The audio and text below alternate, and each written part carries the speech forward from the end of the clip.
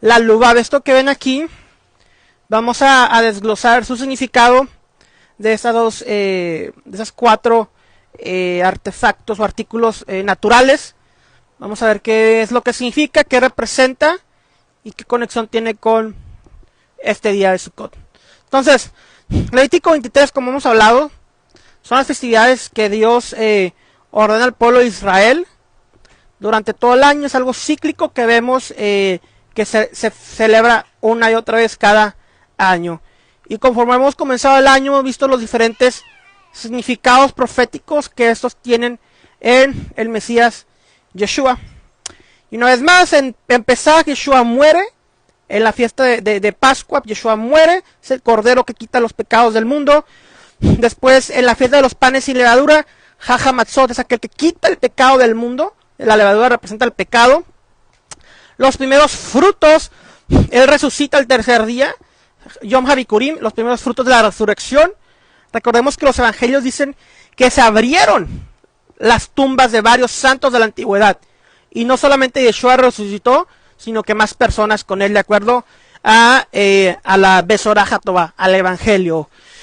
También después vemos la fiesta de Shavuot, Pentecostés, donde se entrega el Espíritu, donde vemos el nuevo pacto en Yeshua, de acuerdo a Jeremías 31 y Hebreos capítulo 8. Hay una rama que está dando directo a la cámara, creo que es la rama izquierda. Entonces después que hay un silencio. ¿Por qué? Porque hay un silencio, porque todas esas primeras festividades representan la primera venida de Yeshua, de Jesús. Hay un silencio, ese es el tiempo en el que estamos viviendo, donde aparentemente no está sucediendo nada profético, pero vemos a Dios trabajando por medio de su Espíritu en cada uno de nosotros.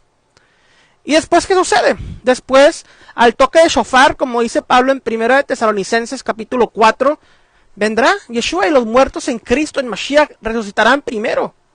¿Qué representa esto? Eso en la tradición judía lo hemos visto una y otra vez, que el sonido del shofar es cuando regresa o cuando viene el Mesías judío, así como lo expone el apóstol Pablo. Después, a los 10 días después de Yom Teruah o Rosh Hashanah, ¿qué sucede? Yom Kippur, donde Yeshua es el sumo sacerdote, el Kohen Hagadol supremo celestial, que viene y carga con los pecados del pueblo una vez y para siempre, como dice Hebreos. Y ahora estamos en la última festividad del ciclo de las festividades bíblicas en Levíticos 23, la festividad de Sukkot, la fiesta de los tabernáculos, de las enramadas o de las cabañas, como algunos le llaman. Y esta festividad es una festividad de regocijo, de alegría. ¿Por qué? Porque aquí es donde vemos el reino mesiánico establecido en la tierra. El reino mesiánico establecido en la tierra.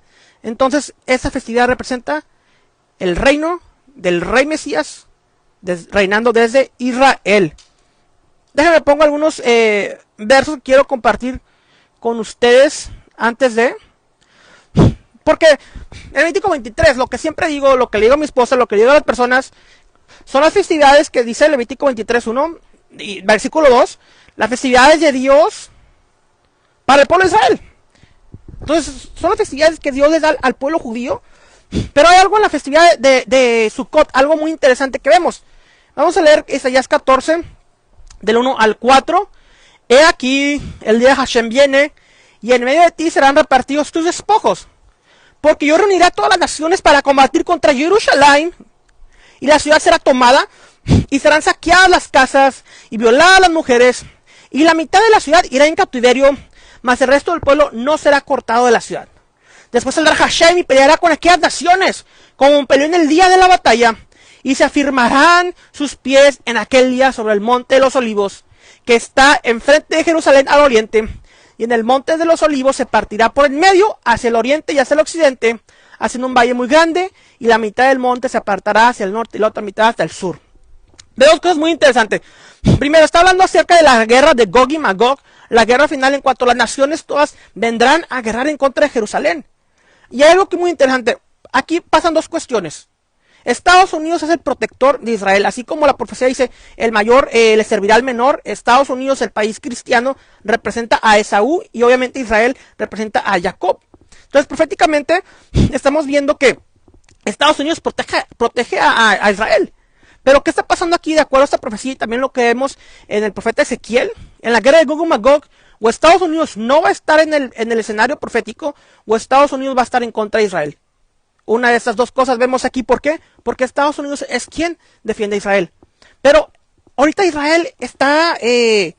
se siente seguro con su tecnología, con sus armas, con Estados Unidos, con Netanyahu. Pero habrá un día en el que Jerusalén va a caer de rodillas y va a clamar al Dios de Abraham, Isaac y Jacob. Y va a clamar por el regreso del Mesías, porque ya no van a tener salida. Entonces aquí cuando vemos que viene Yeshua y pone sus pies sobre el monte de los olivos, hay un gran temblor y regresa el rey, como vemos en Apocalipsis, que viene con espada de su boca a guerrear las batallas del Señor. ¿Por qué el monte de los olivos? ¿Por qué regresa al monte de los olivos? Porque en Hechos capítulo 1, ¿de dónde descendió? Del monte de los olivos. En Hechos capítulo 1, Yeshua se va al cielo desde el monte de los olivos, y del mismo lugar de donde asciende, desciende al monte de los olivos, de acuerdo a Yeshayahu, Isaías capítulo 4. Ahora, aquí está lo mismo. Zacarías 14 habla de lo mismo, 16. Y todos los que sobrevivieron de las naciones que vinieron contra Jerusalén subirán de año en año para adorar al rey Mesías, a Yeshua, a Hashem de los ejércitos, a Onai Tsebaot, y a celebrar las fiestas de los tabernáculos. Entonces vemos que todas las naciones que sobrevivan, que todo el mundo tiene que venir a Jerusalén a festejar la fiesta de Sukkot. Es un mandamiento que será implementado para el mundo gentil. Es muy interesante eso en cuanto a Sukkot, la festividad que estamos celebrando hoy. Y continúa Zacarías del 20 al 21. En aquel día estará grabado sobre las campanillas de los caballos, santidad a Hashem. Y las ollas de la casa del Señor serán como los sazones del altar. Y toda olla en Jerusalén y Judá será consagrada al Señor de los ejércitos. Y todos los que sacrifican vendrán y tomarán de ellas y cocerán en ellas, y no habrá en aquel día más mercader en la casa de Hashem de los ejércitos. Adonai Tsebaot. Entonces vemos que todo el mundo vendrá a adorar al rey de Israel en la festividad de Sukkot, un mandamiento que será implementado para el mundo gentil. Y también en el libro de Números, Dios lo ordena. Lalo, ¿puedes prender la luz de aquí, por favor? En el libro de Números, Dios ordena a Israel durante esos días que vayan sacrificando, estos 7 días de la fiesta de los tabernáculos, que vayan sacrificando toros. Y en total suman 70 toros. ¿Por qué 70 toros? Porque 70 es el número que presenta a las naciones gentiles, al mundo entero. Entonces, de cierta forma, Sukkot está asociado, sí, las dos, por favor. Sukkot está asociado con los gentiles, con que Dios le ordenaba a Israel que sacrificara estos 70 toros por las 70 naciones primordiales que vemos en Génesis, de cuales se desglosan todas las naciones que tenemos hasta ahorita. Entonces, eso representa el sacrificio de los toros, expiación para el mundo. Incluso cuando hace casi 2000 años, cuando el Imperio Romano destruyó el templo de Jerusalén, los judíos decían: si ustedes supieran lo que estamos haciendo por ustedes gentiles en este templo, no lo destruirían. ¿Por qué? Por los 70 toros que expiaba, que se sacrificaban por el mundo gentil.